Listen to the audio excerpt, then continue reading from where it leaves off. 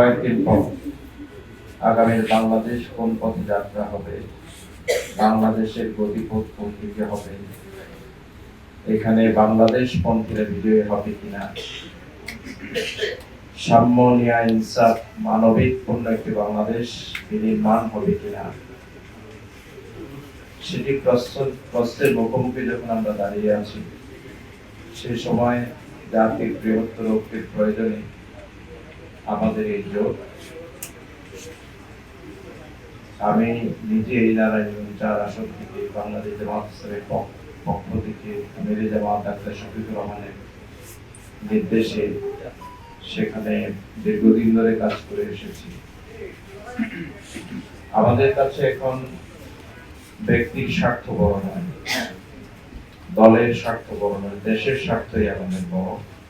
সেই জায়গা থেকে আমাদের যে ন্যাশনাল অ্যালায়েন্স যেটা হয়েছে, সেই জায়গা থেকে বাংলাদেশ জামাত ইসলামের পক্ষ থেকে আমরা আব্দুল আলমিন ভাইকে সমর্থন জানিয়েছি। কিভাবে অন্যান্য দল যেগুলো আছে, আরো 8টি দল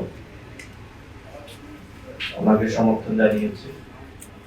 তো সেই জায়গা থেকে আমাদের সর্বস্তরের জনশক্তিদের মধ্যে একটা প্রত্যাশা ছিল যে জামাত ইসলামের নারায়ণগঞ্জ 4 আসনে নির্বাচন করবে। এখন যেহেতু দলের সিদ্ধান্ত, আমরা ন্যাশনাল ইস্যুতে আমরা সবাই ঐক্যবদ্ধ হয়েছি।